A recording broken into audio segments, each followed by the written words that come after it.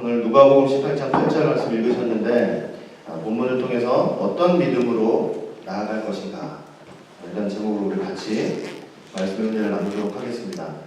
저번 주에 2019년도 첫 주일날 이 홍해 같은 세상 앞에서 우리가 하나님의 말씀의 지팡이를 들고 믿음으로 그렇게 나아가자고 저희들이 이제 말씀을 나누면서 서로 다짐을 했습니다. 자, 그래서 이제 그렇게 나아가야 되겠죠. 말씀을 들고 믿음으로 나아가야 할 것입니다. 자, 그런데 어떤 믿음으로 나아가야 될 것인가 한번 좀 생각해보는, 구체적으로 한번 좀 생각해보는 시간을 갖기 원해서 또 이 말씀을 준비를 했습니다. 우리가 믿음이라는 단어처럼 이렇게 믿는 사람들이 흔하게 사용하는 단어가 없는 것 같아요. 예수님을 믿어라, 말씀을 믿어라, 믿음대로 행하라, 믿음으로 나아가라. 우리가 저번 주에도 설교를 했지만 이렇게 믿음으로 나아가라는 얘기를 아주 흔하게들 그렇게 하고 있습니다. 사실상 우리 신앙생활의 여러 가지 용어들 중에서 이 믿음이라는 단어는 가장 중요한 단어들 중에 분명히 하나일 것입니다. 자, 그런데 우리가 너무나 흔하게 사용해서 그럴까요? 실질적으로 믿음으로 행하라. 그러면 올 한 해 믿음으로 행해야지, 믿음으로 나아가야지 이렇게 말씀을 드리면 그치, 그것은 그 말 자체는 무슨 뜻인지를 알겠는데 그러면 구체적인 내 삶 속에서는 내가 어떤 믿음을 가지고 어떤 믿음의 행동을 가지고 이렇게 살아야 될 것인가 이렇게 자문을 하게 되면 실질적으로 뚜렷하게 대답하기가 참 어려운 게 있는 것 같아요. 그래서 믿음으로 나아가라 그러면 그냥 구름을 잡듯이 그렇게 생각하고 얘기할 때가 참 많은 것 같습니다. 내가 막연하게 되니까 남한테 믿음으로 나아가자라고 얘기할 때도 내가 믿음으로 산다는 것, 믿음으로 나아가야 된다는 것에 대해서 이렇게 잘 설명을 하지 못하게 되는 것 같아요. 자, 그래서일까 사실은 예수님께서는 본문을 볼 때 참 재밌는 말씀을 하셨습니다. 인자가 올 때 세상에서 믿음을 보겠느냐, 인자가 올 때 세상에서 믿음을 보겠느냐. 세상에 기독교인들이 얼마나 많고 그 수많은 기독교인들이 교회 나와서든 삶에서든 믿음 얘기를 하는데 그렇게 믿음이라고 얘기를 하는 사람들이 얼마나 많은데 예수님은 내가 다시 올 때 세상에서 믿음을 보겠느냐 이렇게 말씀을 하고 계시는 거예요. 어떻게 생각해보면 참 두려운 말씀이죠. 우리가 이렇게 믿고 있는데 수많은 사람들이 믿고 있는데 예수님께서는 이 세상에서 믿음이 희귀하다고 말씀을 하고 계시는 거죠. 그래서 우리가 예수님께서 믿음이 희귀하다고 말씀하실 때는 분명 꼭 우리가 믿음 얘기를 하지만 정말 하나님이 원하시는 믿음의 삶을 살지 못하고 있기 때문에 이제 그렇게 말씀을 하신 거라고 생각을 하고 오늘은 우리가 이 믿음으로 나아간다는 거, 믿음으로 행한다는 게 도대체 구체적인 내 삶 속에서 어떤 삶이 되어야 하는지를 이제 몇 가지만 좀 조목조목 살펴보면서 그렇게 은혜를 나누는 시간을 좀 갖기를 원합니다. 첫 번째는 뭐냐면 우리가 믿음으로 나아간다, 믿음으로 행한다, 이 홍해 같은 세상에서 믿음으로 나가야 된다 하는 그 첫 번째 의미는 바로 성경에 게시된 진리를 인정하고 고백하는 그런 믿음을 말하는 것입니다. 여러분, 우리가 2019년도 홍해와 같은 이 세상 속에서, 이 타락한 세상 속에서 믿음으로 나아간다라고 했을 때는 결국은 뭐냐면 성경이 게시하고 있는, 그러니까 성경이 우리에게 가르쳐주고 있는 그 진리를 인정하고 고백하는 삶을 말하는 것입니다. 여러분, 요즘처럼 제가 뭐라고 여기서 말씀을 안 드려도 이 시대처럼 성경의 진리가 수많은 사람들한테 무섭게 공격을 받는 때가 없었던 것 같습니다. 사실 이 시대를 바라보면서 제가 어떤 구절이 자꾸 생각이 나냐면 누가복음 21장 20절 보시면 너희가 예루살렘이 군대들에게 에워싸이는 것을 보거든 그 멸망이 가까운 줄 알라. 이 말씀이 사실은 계속 생각이 나는 때입니다. 저 공동 번역을 보니까 뭐라고 되어 있냐면 예루살렘이 적군에게 포위된 것을 보거든 이라고 말씀을 하고 있습니다. 물론 저 말씀은 역사적인 배경은 분명히 있습니다. 그 배경이 뭐냐면 저게 역사적으로 언제 실현이 되냐면 주 70년에 예루살렘이 그 로마 디도 장군에 의해서 포위당해서 완전히 멸망당한 사건을 사실 말씀을 하고 있는 거죠. 그리고 종말론적으로도 사실은 큰 전쟁이 있을 것을 암시를 하고 있는 말씀인 것입니다. 그래서 영적으로 한번 생각을 해보시면요, 저 예루살렘이 상징하고 있는 하나님의 도성, 교회가 포위당해서 공격당하는 모습을 사실은 우리가 생각해 볼 수 있는 것입니다. 하나님의 교회가, 그리고 하나님의 진리가, 그리고 하나님의 말씀인 성경이 사방으로부터 에워싸여져서 공격을 받고 있는 모습을 사실은 보여주고 있는 거예요. 여러분, 제가 엊그저께 이렇게 유튜브를 보고 있었는데 이제 신학자, 목사, 무슨 학자 이렇게 나와가지고 쭉 이제 토론을 하고 있어요. 토론을 하고 있는데 이 사람들이 이제 기존 기독교를 공격하면서, 기독교라는 것은 종교 개혁 이후에 솔라 스크립트라, 그러니까 경전 중심의 종교가 되었다, 이제 이렇게 얘기를 하는 거예요. 삶과 상관없는 경전 중심의 삶이 되었다, 이렇게 얘기를 하고 있어요. 근데 가만히 듣다 보니 사람들은 그게 이제 옳은 말처럼 얘기를 듣겠지만, 사실은 성경이라는 것은 우리 신앙과 모든 삶의 규범이 되는 거잖아요. 삶을 떠나서 성경을 얘기하지 않잖아요. 근데 우리는 꼭 그렇게 그 성경 그 문제에 얽매여서 신앙생활을 하는 것처럼 그렇게 얘기를 하더라고요.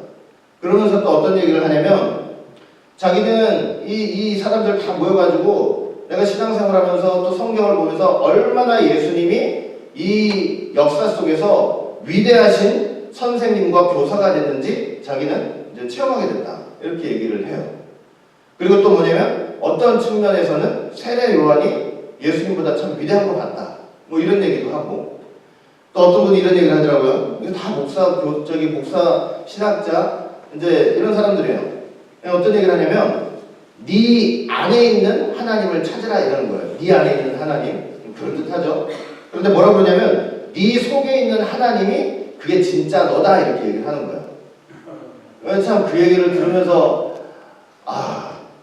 답답하죠. 근데 뭐 이렇게 다들 멀쩡히 앉아가지고 서로 그런 얘기를 나누면서 있으니 되게 세련돼 보이고, 이 성경만 붙잡고 진리만을 붙잡고 나갑시다 하는 사람보다는 100번 세련돼 보이는 거예요. 세련돼 보이고 현대 감각이 너무 맞고, 그리고 그걸 보고 있는 사람들이 되게 많이 좋아하더라고요. 그걸 통해서 예수님이 얼마나 위대하신 선생님인지를 깨달았다, 이렇게 하면서 삼위일체 하나님 중에 제2위 되시는 바로 성자 하나님 예수 그리스도의 신성을 깎아내리려고 아주 단단히 가는 사람들 같더라고요. 인류 역사에서 예수님처럼 위대한 선생과 도덕교사가 없었다, 이거예요. 그런 거예요, 그런 거. 그러니 그런 분들은 엄밀하게 말하면 삼위일체 하나님도 인정을 하지 않죠. 왜냐면 예수님이 하나님이 아니시고 위대한 선생과 도덕교사가 되신다면 삼위일체 자체가 성립이 될 수가 없잖아요. 그렇죠? 요즘 삼위일체 하나님이라는 그 진리를 귀신 도깨비 이론이라고 공격하는 사람들이 많아요. 왜? 인간이 이성으로 이해가 안 되고 설명이 안 되니까. 그래서 사실 하나님의 진리라는 것은 신비 아니에요. 신비잖아요. 우리가 하나님을 어떻게 다 이해를 해요. 신비니까 어떻게 보면 어떤 때는 믿음으로 수납을 해야 될 때가 있는데 이성으로 설명이 안 되니까 그냥 귀신 도깨비 이론이라고 얘기를 하는 거예요. 그러나 우리는 성경에 분명히 하나님께서는 삼위일체 하나님으로 계시된다는 것을 우리는 분명히 믿고 고백을 해야 될 것입니다. 이 홍해 같은 세상 속에서 우리 신앙 고백이 그런 신앙 고백이 돼야 돼요. 그래서 성부 하나님, 성자 하나님, 성령 하나님 다 동일 본질이시고 권능과 영광이 동등하시다. 우리는 분명히 성경에 계시된 그대로 신앙 고백하고 믿어야 될 줄로 분명히 믿습니다. 이 진리를 믿는 사람들이, 그리고 고백하는 사람들이 이 홍해 같은 세상 속에서 믿음으로 나아가는 사람들이에요. 진리를 타협하지 않고 이대로 믿고 고백하는 사람들. 예정의 진리도 엄청난 사실 공격을 받고 있습니다. 예수님께서 이 세상 모든 사람들을 다 구원하시기 위해서 오셨다.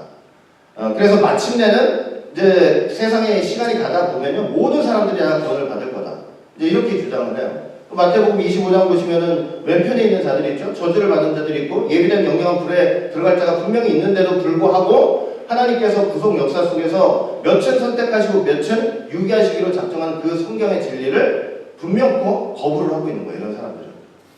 또 어떤 사람들은 뭐라고 하냐면 예수님은 모든 사람을 구원하러 오셨는데 사람이 자기의 의지로 그 구원의 길을 선택하거나 혹은 멸망의 길을 내가 스스로 선택할 수 있다고 그렇게 얘기를 해요.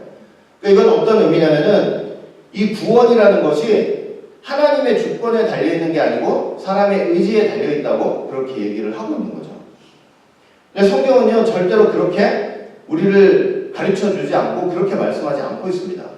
에베소서 1장 4절 5절 말씀 보니까 자 우리 다 같이 한번 읽어볼까요? 시작! 곧 창세 전에 그리스도 안에서 우리를 택하사 우리로 사랑 안에서 그 앞에 거룩하고 흠이 없게 하시려고 그 기쁘신 뜻대로 우리를 예정하사 그리스도로 말미암아 자기의 아들들이 되게 하셨으니. 저게 바로 성경이 우리에게 말씀하시는 진리의 말씀인 것을 여러분들이 꼭 기억하고 믿으시기를 바라겠습니다. 히브리서 로마서 8장 30절 말씀 보시니까 자 뭐라고 되어 있어요? 또 미리 정하신 그들을 부르시고, 아무나가 아니고 미리 정하신 그들을 또한 부르시고, 부르신 그들을 의롭다 하시고 의롭다 하신 그들을 또한 영화롭게 하셨다. 저게 성경이 우리에게 말씀하고 있는 구원의 서정이고 구원의 순서입니다. 성경이 말씀하신 대로 우리는 믿는 게 바로 그리스도인이라는 것을 여러분들이 꼭 기억을 해주셨으면 좋겠습니다. 구원은요, 저 성경에 기록된 예정의 진리는요, 결국 뭘 우리에게 보여주냐면 구원에 있어서 인간의 어떤 공로는 전혀 기여할 수 없고 오직 하나님의 주권만이 그 구원을 이루어 나가시는 원심력과 이제 핵심력이 된다는 것을 사실은 저 진리가 우리에게 보여주고 있는 거예요. 그래서 그 진리를 따라서 우리는 믿음의 길을 걸어가면 되는 것입니다. 여러분 동성애 문제도 마찬가지예요. 여러분 처음에 하나님께서 이 결혼 제도를 어떻게 세우셨냐면 남자와 여자를 하나 되게 하셔가지고 처음으로 세우셨단 말이에요. 누가 부인할 수 있어요? 결혼 제도를 하나님이 세우셨죠. 창세기 2장 24절 보니까 이러므로 남자가 부모를 떠나 그 아내와 연합하여 둘이 한 몸을 이룰지로다 하시면서 첫 번째로 결혼 제도를 세우신 거 아니에요? 남자와 여자의 결합이에요. 그게 바로 결혼이에요. 그게 창조 성계석에 나타난 그 결혼의 본래 모습이죠. 여러분 저 말씀 속에 어디 남자는 남자끼리 여자는 여자끼리 그렇게 결합할 수 있다는 암시가 어디에 있습니까? 저 말씀 속에. 하나님의 말씀은 사실 인간이 긴가민가 할 정도로 모호한 게 없어요. 하나님 말씀은 모호하지 않아요. 진리는 모호하지가 않아요. 분명하게 옳으면 옳고 그르면 그르다는 것을 우리가 알려주시는 게 바로 진리. 그래서 진리인 거예요. 그래서 결혼은요 분명히 남자와 여자 사이의 결합이고 하나님이 처음부터 그걸 계획하셨고 그대로 시행을 하셨고 결국은 저렇게 우리에게 보이는 제도를 세워주신 거예요. 그러니까 하나님이 저런 결합을 통해서 뭘 원하셨냐면 하나님이 기뻐하시고 원하시는 경건한 자손을 원하셨던 거예요. 그래서 말라기서 2장 15절 말씀 보면 여호와는 영이 유여하실지라도 오직 하나를 짓지 아니하셨느냐 어찌하여 하나만 지으셨느냐 이는 경건한 자손을 얻고자 하심이니라. 아담한테 한 사람의 여자를 주신 거예요. 그 이유는 뭐냐면 경건한 자손을 얻기 위해서. 그러므로 내 심령을 삼가지켜서 어려서 취한 아내에게 거짓을 행치 말라 이렇게 이제 권면을 하고 계시는 거예요. 자 이렇게 하나님이 세우신 결혼 제도는 분명해요. 남자와 여자의 결합을 통해서 경건한 자손을 낳는 거예요. 그게 하나님의 창조 목적이고 섭리 계획이었어요. 자 그런데 여러분 뭐 너무나 신문지상이나 이런 인터넷이나 이런 걸 통해서 많이 보셨겠지만 미국 장로교도 어떻게 그 결혼을 정의를 했냐면 원래 미국 장로교가 어떻게 정의를 하고 있었냐면 결혼을 남자와 여자의 결합이라고 분명히 명시를 해놨어요. 그 총회법에다가. 그런데 이걸 바꾸면서 어떻게 했냐면 남자와 여자의 결합이라는 단어를 어떻게 바꿔놨냐면 두 사람 간의 결합이라고 얘기해놓은 거예요. 그러니까 이거는 꼭 남자와 여자가 되지 않아도 두 사람이 결합하는 거를 결혼이라는 그런 개념으로 이렇게 폭넓게 바꿔버린 거예요. 그러니까 동성애를 이렇게 인정하는 듯한 그런 뉘앙스를 가지고 사실은 총회법을 바꿔버린 것입니다. 여러분 미국 장로교뿐만 아니고 미국 연합 감리교회도 마찬가지예요. 똑같아요. 제가 여러분들한테 몇 번 말씀드렸어요. 우리가 이 교회를 구하기 전에 아주 결정적으로 이제 시애틀 바로 밑쪽에 미국 연합 감리교회 교회를 이제 연락이 돼가지고 이제 거의 계약이 될 뻔했어요. 이 교회를 바로 오기 직전에 우리 이제 거기 다 가는 줄 알았어요. 여기 이제 시애틀 쪽에 있는 교회인데 그래가지고 실무자들하고 얘기가 다 끝나가지고 이제 가서 사인만 하면 되는 거예요. 이제 가격 얼마니 뭐 이렇게 하면서 사인만 하면 되는 건데 이제 그래서 너무나 우리가 들떠가지고 그냥 뭐 1년 이상 있다가 이렇게 교회를 이제 얻게 되니 얼마나 좋아요. 여기 가가지고 계약을 하려고 딱 가서 그때 이제 목사님 그때 처음 뵌 거예요. 그 미국 연합 감리교회 목사님을 딱 뵀는데 나를 아래로 이렇게 훑어보시더니 어디서 신학을 했느냐, 뭐 신학 사상이 뭐냐 모르시길래 나는 장로교 출신이고 뭐 어디서 공부를 했다 이렇게 얘기를 다 말씀을 드렸더니 대뜸 저한테 하시는 말씀이 동성애에 대해서 어떻게 생각을 하시는데 이제 묻는 거예요. 대번에 다른 거 이런 거 아무것도 안 묻고 이름은 뭐냐 오직 예수교회다 그랬더니 동성애 어떻게 생각하느냐. 그래서 저는 그 자리에서 딱 말씀을 드렸죠. 그거는 명백하게 성경의 가르침이 아니기 때문에 저는 동의할 수 없고 반대한다라고 이제 입장을 분명히 표명을 했어요. 딱 표명을 했더니 교회를 빌려줄 수 없다 그러시는 거예요. 이제 그런 사람한테는 교회를 빌려줄 수 없다 그래요. 그러면서 제가 아직도 우리 집사람하고 또 여러분들하고 몇 분하고 이제 여러 가지 얘기하면서 이제 이 말이 아주 인상이 남은 말을 딱 하나 하시더라고요. 그 목사님이 저한테 어떤 말씀을 딱 하시냐면 이렇게 돼 있어요. 못하는 영어지만 잘 들어보세요. 알아들을 수 있을지. I'm ready to disobey God's word on that. 이게 무슨 말인지 알겠어요? 동성애 문제에 관한 하나님의 말씀을 disobey, 불순종할 준비가 나는 되어 있습니다. 이런 거예요. 그래서 깜짝 놀랐죠. 목사님이 그러시길래 이런 목사님도 세상에 있구나. 그냥 저는 맨날 그 안에만 있어가지고 잘 몰랐는데 이렇게 말씀을 딱 하시는 거예요. 그 순간 거기는 더 이상 있어서는 안 되겠다는 마음으로 그냥 뛰쳐나왔어요. 우리 가족들 다 데리고 다 갔다가 다시 그대로 다 나왔어요. 깜짝 놀랐어요. 이렇게까지 된 줄 몰랐어요. 근데 이런 세상이 됐어요. 여러분들이 맨날 요 안에 있으니까 잘 모를 수도 있고, 물론 이제 신문도 보시고 인터넷도 보시고 많이 아시겠지만 지금 그런 세상이 된 거예요. 그러니까 이게 홍해와 같은 세상이에요. 정말 사람의 힘으로는 어떻게 보면 이렇게 건너갈 수 없는 그런 엄청난 세상이 된 거죠. 우리 앞에 꽉 막혀 있는 세상. 그러니까 이런 세상, 어떻게 보면 아까도 말씀드렸지만 정말 사단 마귀에 의해서 성경의 진리가 포위당해가지고 아주 꼼짝달싹 못하게 하려고 하는 그런 세상이죠. 그러니까 그런 세상 속에서 우리가 믿음으로 나아간다라고 했을 때, 그 홍해를 다루면서 말씀을 믿고 믿음으로 나아간다고 했을 때, 여러분 막연한 게 아니에요. 막연한 게 아니고 우리가 지금 성경에서 배우고 있는 이 진리를 그 엄청난 홍해 바다 물결 속에서 그냥 들이치고 넘어올 것 같고 나를 삼킬 것 같고 하는 엄청난 두려움이 있음에도 불구하고 그런 두려움 속에서 내 스스로를 좌절하지 말고 도망가지 말고 끝까지 성경에 나타난 그 진리를 믿고 고백하는 거예요. 타협하지 않고 믿고 고백하는 거예요. 그게 뭐냐면 이 홍해와 같은 세상을 믿음으로 걸어가는 믿음의 삶이 된다는 것을 여러분들 꼭 기억하시길 바라겠습니다. 다른 거 없습니다. 성경의 진리를 고지 못대로 인정하고 고백하는 믿음입니다. 그게 바로 홍해를 가르고 많은 땅을 걸어가는 믿음이 되는 거예요. 그 다음에 두 번째, 어떤 믿음으로 살아가야 되느냐면 기도하는 믿음이에요. 너무 흔하죠? 너무 뻔하죠? 근데 기도하는 믿음. 여러분, 우리가 어떤 믿음으로 이 올 한 해 홍해와 같은 세상을 건너가야 되냐면 너무 뻔해요. 뻔해. 기도하는 믿음이에요. 누가복음 18장은 본문 말씀이죠. 어떤 이제 예수님께서 비유의 말씀을 하시는데 어떤 비유의 말씀이시냐면 불의한 재판관에 관한 비유를 말씀을 하셨어요. 어떤 도시에 하나님을 두려워하지도 않고 사람을 깔보고 무시하는 그 불의한 재판관이 있는데 어떤 과부가 와서 자기 억울한 사정, 그 원수 때문에 당한 억울한 사정을 그냥 허구한 와서 좀 내 문제 좀 풀어달라고 얘기를 하는 거예요. 이 불의한 재판장이 처음에는 뭐 귀뚱으로 듣지도 않았죠. 뭐 그러든가 말든가. 근데 나중에는 허구한 날 찾아와서 나를 번거롭게 하니까 이 번거롭게 하는 게 싫어가지고 내가 이제 들어줘야지 이렇게 말씀을 했다고 말씀을 하신 거예요. 근데 예수님께서 이런 비유를 말씀하시면서 결론으로 말씀하신 게 여러분과 제가 지금 읽은 본문 말씀이에요. 누가복음 18장 8절이죠. 그러니까 내가 너희에게 이르노니 속히 그 원한을 풀어주시리라. 그러나 인자가 올 때 세상에서 믿음을 보겠느냐. 그러니까 여러분 저 말씀 가만히 한번 생각해 보세요. 지금 제가 말씀드린 본문의 배경 속에서 보면 저게 어떤 의미예요? 인자가 올 때 세상에서 믿음을 보겠느냐.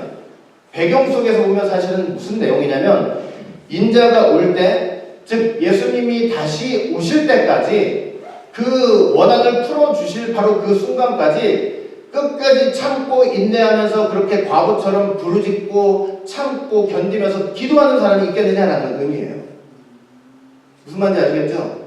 기도하는 사람이 있겠느냐. 그때까지 포기하지 않고 기도하는 사람이 있겠느냐. 그러니까 믿음을 보겠느냐라고 했을 때는요, 포기하지 않고 기도하는 사람이 끝까지 있을까? 여러분, 그러니까 이해가 되죠? 믿음 하면서 예수님께서 왜 믿음을 보겠느냐라는 얘기하시는 게 이해가 되죠? 우리 삶을 봐도 알잖아요. 우리 기도 끝까지 못 하잖아요. 근데 예수님은 끝까지 기도하는 믿음을 원하시는 거예요. 기도 몇 번 하다가 들어주시지도 않고 내 기도를 듣고 계신지도 모르겠고 해봤자 하나 소용없더라. 응답도 하나도 없고 그냥 기도를 쉽게 포기합니다. 우리는. 그리고 그게 생활의 습관이 되잖아요. 생활의 습관이 돼요. 생활의 습관이 돼가지고 어떻게 되냐면 이제 무슨 생각이 머릿속에 팍 드냐면 아무리 신앙의 그 경륜이 10년, 20년, 30년이 돼도 기도해봤자 응답이 없더라. 이제 이게 습관이 되는 거예요. 그래가지고 어떻게 되는지 아세요? 기도가 습관이 안 돼 있으면 어떤 문제가 와도 절대 기도 먼저 하지 않아요. 절대 먼저 기도하지 않아요. 문제가 닥치면 마음이 두근두근해요. 그 다음에 걱정이 되고 근심이 돼요. 잠도 안 와요. 여러분 그런 상태에서 누가 기도하라고 그러잖아요. 그럼 어떻게 될 것 같아요? 너무 나는 감당할 수 없는 큰 문제가 왔어요. 마음 두근두근하고 잠도 안 오고 지금 미치겠어요 지금. 근데 누가 와가지고 태연하게 기도하시라고. 딱 그러면 여러분들 어떻게 하시겠어요? 어떻게 하는지 아시죠 여러분들이? 누가 몰라서 기도 안 하냐고. 네? 누가 몰라서 기도 안 하냐고. 오히려 호통치면서 그냥 안절부절 못하는 거예요. 지금이 앉아서 기도할 때냐고. 이 문제가 풀려야 내가 기도를 하지 않겠냐고. 여러분 이게 인간이에요 이게. 믿음 하면서 우리가 가진 실체예요. 믿음의 실체. 옛날에 원로 목사님이 하신 말이 참 제 기억 속에 계속 그 뇌리에 남아요. 어떤 장로님 집에 큰 무한이 든 거예요. 큰 무한이 들어가지고 목사님이 뭐 장로님 집에 무한이 들었으니 얼마나 걱정이 돼요. 그래서 가가지고 예배 드리면서 우리 같이 기도하자고 장로님한테 기도합시다 그랬더니 그 장로님이 이랬다는 거예요. 목사님 지금 정신이 있으시냐고. 분위기 파악도 못하시고 지금 기도할 때냐고 지금. 그러셨다는 거예요. 장로님께서. 우리 장로님은 그러신 분은 아니에요. 기도하시는 분이지. 근데 그 장로님은 그러셨대요. 그러면서 목사한테 소통을 찾다는 거예요. 지금 기도할 때냐고. 제가 이걸 들으면서 우리도 혹시 그렇지 않나? 우리도? 문제가 닥치면 막 걱정이 앞서지 기도가 앞서지는 않는 것 같아요. 그냥 동동동동 발만 부르지. 그럼 기도 안 하니 하나님을 구하는 것도 없죠. 인간적으로 해결하려고 하죠. 그러니 하나님의 은혜가 역사하는 걸 참을 수가 없잖아요. 문제 앞에서 우리가 믿음 하면서 우리의 모습이 이렇진 않는지 한번 점검했으면 좋겠습니다. 어떤 문제가 닥치던 여러분 어떻게 해야 되냐면 믿음으로 이 홍해 같은 바다를 헤쳐나간다는 건 어떤 거냐면요. 이 홍해 바다에 마른 땅이 드러나서 그걸 걸어간다는 건 어떤 의미냐면 그 엄청난 문제 앞에서 먼저 무릎을 꿇는 거예요. 먼저 기도하는 거예요. 머릿속에서 이 생각 저 생각하고 근심 걱정하기 전에 뭐부터 한다고요? 먼저 기도하는 거예요. 여러분 그렇게 안 하고 나 이 문제 다 하나님 나 이 문제 다 풀리면 기도할게요. 이게 기도예요? 그게 아니에요. 그럼 문제 풀리면 기도할까요? 문제 풀리면 하나님의 은혜가 어떻게 역사했는지도 모르기 때문에 하나님의 은혜라고 생각도 안 해요. 어떻게 하다가 문제가 풀린 거지. 그러니 기도를 더 안 하죠. 언제 기도할 거예요? 사랑하는 성도 여러분 2019년도 이 홍해 같은 세상을 우리가 말씀을 믿고 마른 길로 걸어간다는 게 도대체 무엇일까요? 막연하게 생각할 거 없어요. 어떤 문제가 닥쳐오더라도 먼저 뭐라고요? 먼저 하나님 앞에 무릎을 꿇는 거예요. 그게 이걸 헤쳐나가는 방법이에요. 이것저것 고민하고 이런 고민 저런 고민 하기 전에 먼저 하나님 앞에 기도하는 거예요. 그러니까 기도도요 이게 습관이 되면 안 되는 거예요. 그래서 어떤 문제가 딱 닥치잖아요. 근심되기 전에 그냥 빨리 무릎부터 꿇고 기도를 하세요. 이게 1분이 됐든 2분이 됐든 기도부터 나가셔요. 기도부터. 여러분 그게 바로 믿음으로 홍해를 가르며 마른 땅을 걸어나가는 성도의 모습입니다. 여러분들이나 저는 못 느낄 수 있어요. 그러나 기도하는 순간요, 그게 1분이 됐던 2분이 됐던 그 문제 앞에 내가 다른 거 생각하기 전에, 근심 걱정하기 전에 기도하려고 무릎을 딱 꿇는 순간 벌써 여러분들이나 저는 알기도 전에 하나님께서 동풍을 불고 계시는 거예요. 그래가지고 바람벽을 슬슬 만드시면서 숨 막힐 것 같은 환란과 고난 속에서도 걸어갈 길을 만들어 주시는 거예요. 그게 믿는 사람들이에요. 여러분, 문제 앞에 먼저 기도할 줄 모르는 거, 그거는 믿음 없는 내 모습 그 자체예요. 꼭 기억하시길 바라겠습니다. 세 번째, 우리가 믿음을 지킨다는 거 도대체 뭐냐? 막연한 게 아니죠. 보니까 막연한 거 하나 없어요. 다 구체적이에요. 내 삶 속에서 해야 되는 것들이고. 세 번째는 뭐냐면 하나님 말씀을 지키는 거예요. 믿음을 지킨다는 건 뭐라고요? 말씀을 지키는 거예요. 그냥 추상이 아니고 말씀을 지키는 믿음을 가리켜요. 여러분, 홍해 같은 바다를 향해서 믿음으로 나아간다는 거, 하나님 말씀을 지키는 믿음이에요. 홍해 같은 세상 속에서도 말씀을 지킬 수 없는 세상이고, 지킬 수 없도록 바꾸게 만드는 세상이고, 지킬 수 없도록 마음을 흔드는 세상이지만, 그럼에도 불구하고 말씀을 지키는 믿음이에요. 그럼 어떤 말씀을 어떻게 지켜야 되죠? 호세아 선지자는 호세아서 8장 12절 말씀 볼 때 율법을 10,000가지로 기록했대요. 근데 너희들은 상반치 않는다 이래요. 그 율법이 그렇게 많대요. 그럼 우리는 도대체 어떤 율법을 가지고 어떻게 지켜야 됩니까? 여러분, 성경에 수많은 말씀들이 있고 온갖 교훈들이 있는데 그 말씀들의 근본을 쫓아가다 보면 뭐가 나오냐면 10 말씀들이 나와요. 10 말씀들이 뭐예요? 10계명이에요. 사실은 성경에 어떤 교훈이 됐든 다 어디서 파생이 돼 있냐면 10계명으로부터 나옵니다. 10계명의 모든 말씀들이 포도나무에 포도송이들이 매달려 있듯이 10계명이라는 포도나무에 포도송이들이 다 매달려 있는 거예요. 그러니까 근본이 10 말씀들이에요. 10 말씀들, 10계명. 여러분, 그래서 그 10 말씀들이야말로 언약 백성이 하나님을 믿고 예수 그리스도를 구주로 고백하고 하나님의 언약 백성 된 사람들이 꼭 지켜야 될 하나님 말씀과 규범과 규례의 핵심이 되는 거예요. 근데 그 중에서도 오늘 제가 여기서 드리고 싶은 말씀은 제 4계명이에요. 안식일을 기억하여 거룩히 지키라. 자, 첫 번째 계명이 뭐죠? 첫 번째 계명은 너는 나 외 다른 신을 섬기지 말라. 이건 뭐냐면 죄송해요. 예배 대상을 말하는 거예요. 예배 대상. 누구를 예배할 것인가? 그러니까 오직 삼위일체 대신 하나님만 예배하라는 거예요. 제1계명은 그걸 얘기하고 있는 거예요. 제2계명은 뭐예요? 제2계명은 새긴 우상이나 어떤 아무 형상이라도 만들지 말고 거기 절하지 말고 그걸 섬기지 말라는 거죠. 이건 뭘 가리키는가 하면 예배 방법을 가리키는 거예요. 예배 방법. 제3계명은 뭐예요? 제3계명은 너는 너의 여호와의 이름을 망령 때 일컫지 말라 그랬죠? 이건 뭐냐면 예배 자세와 태도를 가리키는 거예요. 여러분, 망령 때라는 말 제가 수요일에도 계속 말씀드렸죠. 망령 때는요, 막 심각하게 그렇게 하는 게 아니고 되게 가볍게, 우습게, 농담처럼 이렇게 이제 얘기를 하는 것을 가리키는 거예요. 이해되시죠? 쉽게 일상 속에서 내가 기분대로 말할 때, 기분대로 말하는 것처럼, 에이, 예수님이 뭐 기분 나쁘니까 예수님이 나한테 해주는 거 없더라, 예수 믿어서 뭐가 좋은 게 있느냐. 이 순간 그게 뭐냐면 3계명에 걸리는 거예요. 이게 망령되라는 의미 없게. 그러니까 예수님의 이름, 하나님의 이름은 함부로 그렇게 농담할 때라도 함부로 그렇게 불러서 안 되는 거예요. 그런 데다가. 이해가 되세요? 4계명은 뭐냐면 안식일을 기억하여 거룩히 지키라. 이건 뭐냐면 예배의 시간이에요. 예배의 시간. 우리가 언제 예배를 드려야 되는지 예배의 시간에 대해서 우리가 말씀하시는 게 바로 4계명이에요. 여러분, 하나님께서 정해주신 예배의 시간은 바로 주일입니다.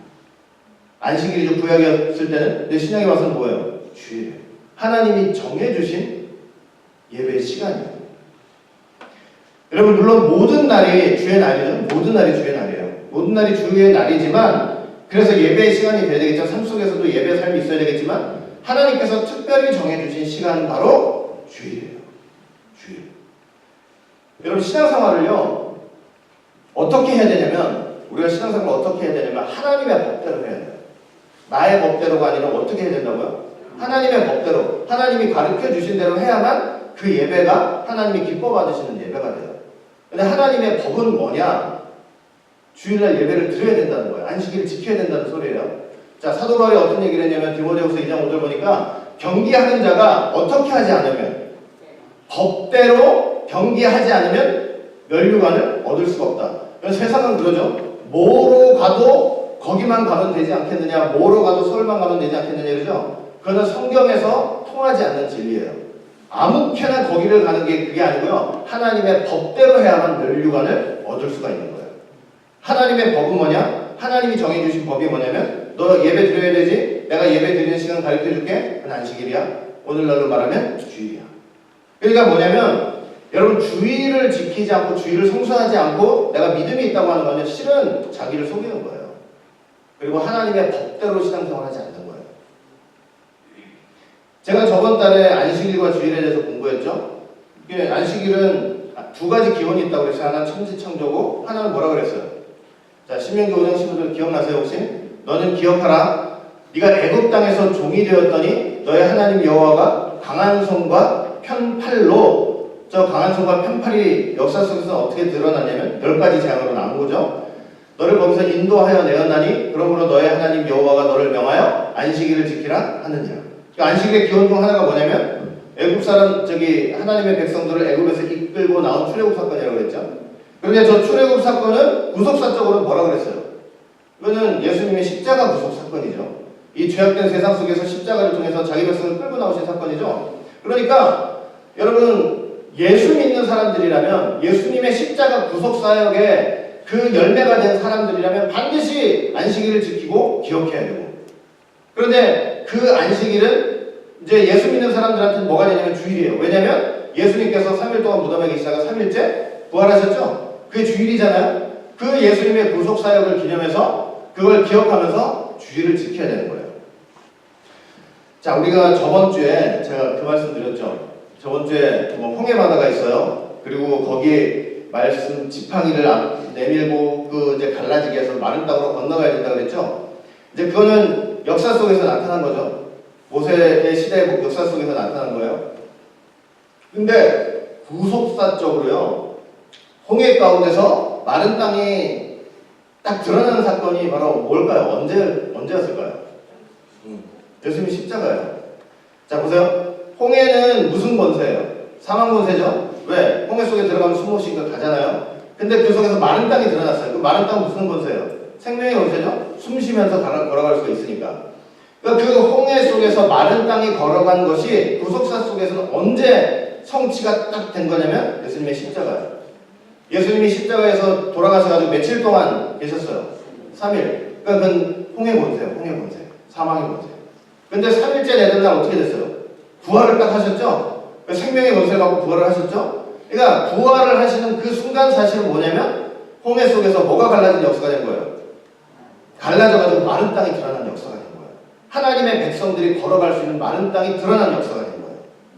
그게 바로 뭐냐면 예수님의 부활 사건이에요. 그게 언제 일어난 거예요? 안식구 첫날 주일날 일어난 거예요.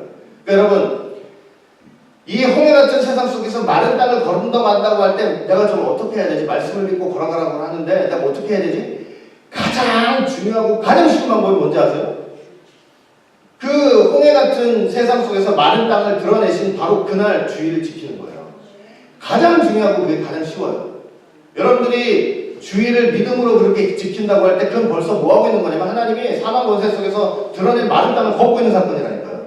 얼마나 쉽고 간단하고 중요합니다.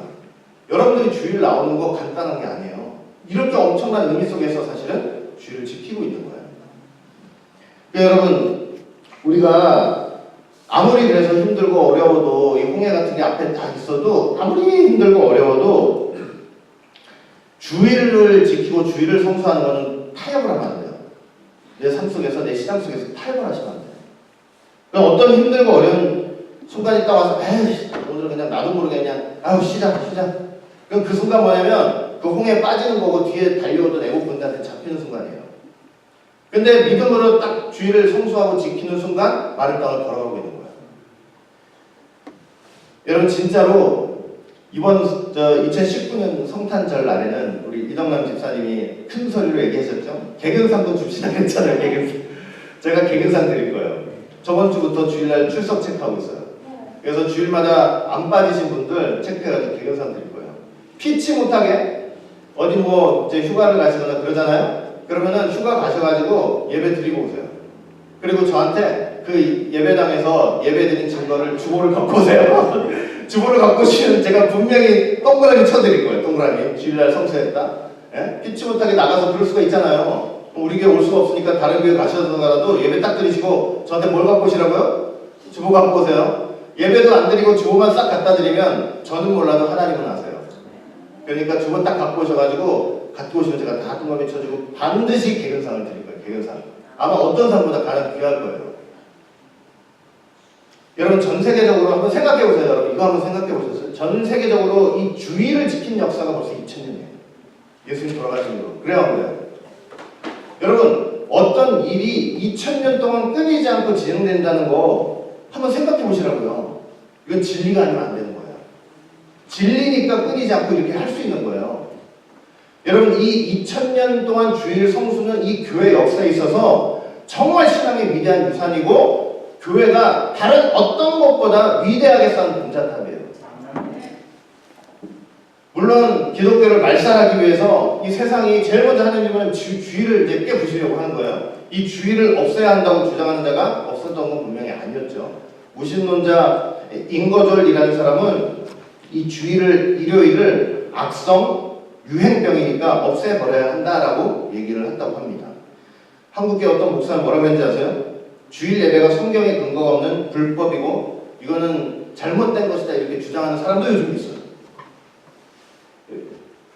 그만큼 공격을 하고 있는 거죠. 최근에 어떤 정말 무지한 교회 지도자들은요, 이 주일 성수를 너무 강조하면 교인들이 막 떠날 것 같아가지고 어떻게 하냐면 주일을 지키라고 얘기를 하지 않고 일주일에 아무 때나 한 번이라도 나와서 예배를 드리면 그게 주일 성수다 이렇게 얘기하는 사람도 있어요. 여러분 주일은 절대로 어떤 다른 요일로 대체될 수가 없는 날이에요. 왜요? 왜? 예수님께서 부활하신 날이잖아요. 사망 모세를 이기고 부활하신 날 아니에요? 홍해 가운데서 많은 땅을 드러내신 날 아니에요? 그거는 다른 날로 대체할 수가 없어요. 이 날은요, 그래서 내 기분과 감정으로 지키는 날이 아니고 이건 믿음으로만 지킬 수 있는 날이에요. 믿음으로만 지킬 수 있는 날. 예수 그리스도가 나의 구주가 되신다는 사실을요, 예수 그리스도가 나의 구주가 되신다는 사실을 입으로 주여주하는 게 아니고 내 온몸으로 신앙 고백하는 날이 바로 이 날이에요. 여러분들이 나 예수 믿는 사람이요 아무리 100번 얘기해도 교회 안 나가면 그건 아닌 거예요. 예수 믿는 사람이라는 걸 내가 온몸으로 증거하는 방법은 뭐예요? 주일날 주일 성수하는 거예요. 그게 내 신앙 고백인 거예요. 말로 하는 신앙 고백 말고 온몸으로 하는 삶으로 하는 신앙 고백. 그게 순교예요. 이 세상을 살면서 순교. 거기 주일날 그 미쳤다고 그런 데 가가지고 교회 가서 시간 낭비하고 돈 낭비하고 왜 그런 짓을 하느냐. 이런 세상에 순교 정신이 없으면 이게 지킬 수가 없는 거예요. 순교예요. 여러분 주일 성수를 하지 않고 나 주일 성수를 하지 않는데 나 하나님 믿어하는 건요. 말씀을 가감하는 역사고 거짓말하는 것입니다. 믿음이 있는 사람은 주일을 지키게 돼 있어요. 결론을 맺도록 하겠습니다. 올 한 해 2019년도 우리는 믿음으로 이 홍해 같은 세상을 나아가야 할 것입니다. 믿음으로 나아가자니 막연하죠. 그러나 막연한 것이 아니고 어떤 구체적인 믿음의 역사가 있어야 되냐면 첫 번째는 진리가 공격받는 이 시대에 성경의 진리를 부정하지 않고 인정하고 고백하는 것입니다. 어떤 어려움과 환난이 온다 할지라도 먼저 뭐 하는 믿음이요? 기도하는 믿음. 그 다음에 하나님의 말씀을 지키는 믿음. 주일 지키는 것부터 시작하는 거예요. 주일 지키는 것부터. 그 믿음. 여러분 내가 믿음이 있다 하면서 주일을 빼먹는 것보다 나 부족하고 믿음이 없습니다 하면서 악착같이 주일을 성수하는 것이 하나님 보시기에 참된 믿음이에요. 여러분 주일을 사랑하시고 믿음으로 지키고 또 이 세상에서 이렇게 제가 말씀을 드렸던 이런 내용들 잘 기억하시면서 올 한 해도 홍해 가운데서 마른 땅을 걷는 여러분들이 되시기를 주의 이름으로 축원하겠습니다. 같이 기도합니다.